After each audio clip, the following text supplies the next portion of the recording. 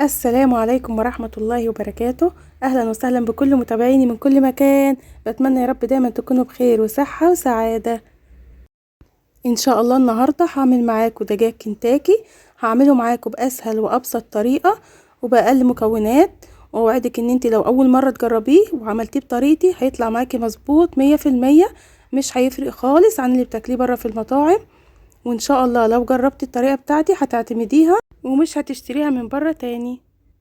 ولو عجبك الفيديو بتاع النهاردة ما تنسيش تعملي له لايك وشير واشتراك في القناة. ويلا بينا على طول نشوف هنعمل الوصفة الجميلة دي ازاي.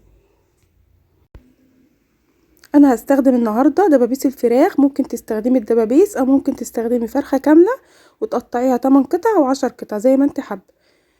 تعالوا بقى نعمل محلول النقع. معايا هنا بولة كبيرة نزلت فيها بلتر كامل من المية، وهضيف فيها معلقتين كبار من الملح ومعلقة كبيرة من السكر ومعلقة كبيرة من الخل. انا كده يعني بضيف بقية المعلقة. ومعايا بصلايه برضو مقطعاه صغير، ومعايا بقى ورق لورا وقرنفل وحبهان وعود كمان من القرفه. بصوا بقى دي المنكهات اللي موجود عندك ضيفيه، واللي مش موجود مش مشكله، اللي انت حابه تحطيه حطيه. تمام. دي بقى الدبابيس بتاعتنا. هجيب سكينه كده ليها بوز رفيع وهقعد اغرس كده في دبابيس الفراخ بتاعتنا، او لو عندك دجاجه كامله برضو هتعملي نفس الخطوه. والحركه دي مهمه جدا علشان اللحم بتاعتنا يدخل فيه محلول النقع اللي احنا حاطين فيه بقى المنكهات بتاعتنا، وكمان حاطين فيه ملح وخل وسكر. شايفين لازم كده تتفتح كلها. وهنحطها بقى في المية بتاعتنا دي وهنبيتها في التلاجة ليلة كاملة، او اقل حاجة 6 ساعات، يعني مش اقل من 6 ساعات يا جماعة، علشان الحركة دي بتخلي اللحمة بتاعتنا تطرى، وتخلي الانسجه بتاعت اللحمه تتفتت كده وتكون دايبه وطريه، بحيث لما نيجي نسويها تستوي معانا مظبوط وما تكونش فيها حاجه مش مستويه او حاجه نيه، او تكون في قطع كده بيكون فيها دم. تمام. تاني ليله بقى بصفيها، واهم خطوه ان احنا بنطلعها على مناديل من المطبخ ونحاول ان احنا ننشفها كويس جدا جدا جدا. الخطوه دي برضو مهمه عشان لما نيجي نضيف ليها الكفر ما يقعش من عليها، فلازم تكون ناشفه جدا جدا من الميه. تعالوا بقى نعمل الكفر الخارجي للدجاج. معايا 3 كوبايات كبار من الدقيق او الطحين، ومعايا كوبايه الا ربع من النشا، ومعايا كمان معلقتين كبار من البيكنج باودر، ومعلقه صغيره من الملح، معلقه صغيره من الشطه، معلقه صغيره من البابريكا، معلقه صغيره توم بودره، ومعلقه صغيره بصل بودره، ومعلقه صغيره من الزعتر المجفف او الزعتر البري. هقلب بقى الدقيق بتاعنا مع النشا والبودر مع كل التوابل اللي احنا حطيناها دي، هنقلبهم مع بعض كويس جدا.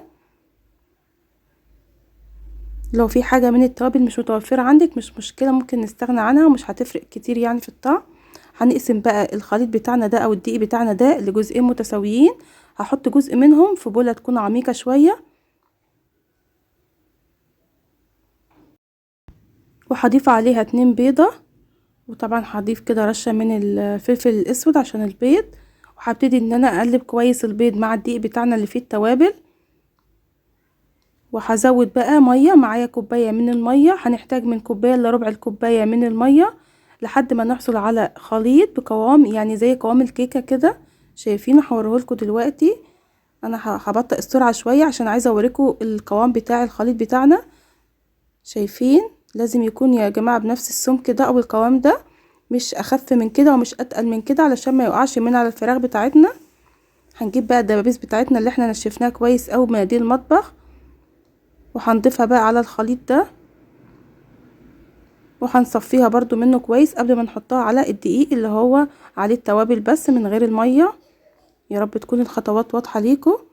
اول حاجة كده هغطيها كلها بالدقيق الاول، وبعد كده هلفها يا جماعة لمدة دقيقة في نفس الاتجاه. بصوا هنلفها كده ونضغط عليها يعني خفيف، مش هنضغط عليها جامد، ونلفها زي ما قلت لكم حوالي دقيقة، وبعدين نضغط عليها كده. بصوا هننفضها كده بالراحة علشان نشوف بقى ايه الشكل بتاع كنتاكي اللي احنا بنحبه ده، او التعريجات يعني اللي فيها دي. شايفين الشكل؟ ودي واحدة تانية. تعالوا نعمل معاكم واحدة كمان. بصوا هنغطسها بقى في الخليط اللي احنا عملناه مع بعض ده، وبعدين ايه هنحطها في الدقيق ونغطيها الاول ونغلفها بالدقيق، وبعد كده هنلف في نفس الاتجاه. بين واحدة وواحدة. لو لقينا كده في كتل في الدقيق بتاعنا ممكن ننخله علشان يبقى كل القطع بنفس الشكل. شايفين الخطوات سهلة وبسيطة ومش هتاخد مننا وقت خالص، وان شاء الله زي ما قلت لكم النتيجة هتكون مضمونة 100%.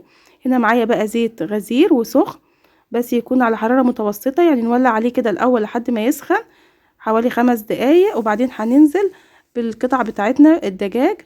واول ما هننزل بيه هنوطي النار، هتكون النار هادية. هياخد قد ايه في النار يا سمر؟ هياخد من 10 دقايق لربع ساعة على حسب بقى البوتاجاز بتاعك والحرارة بتاعتك.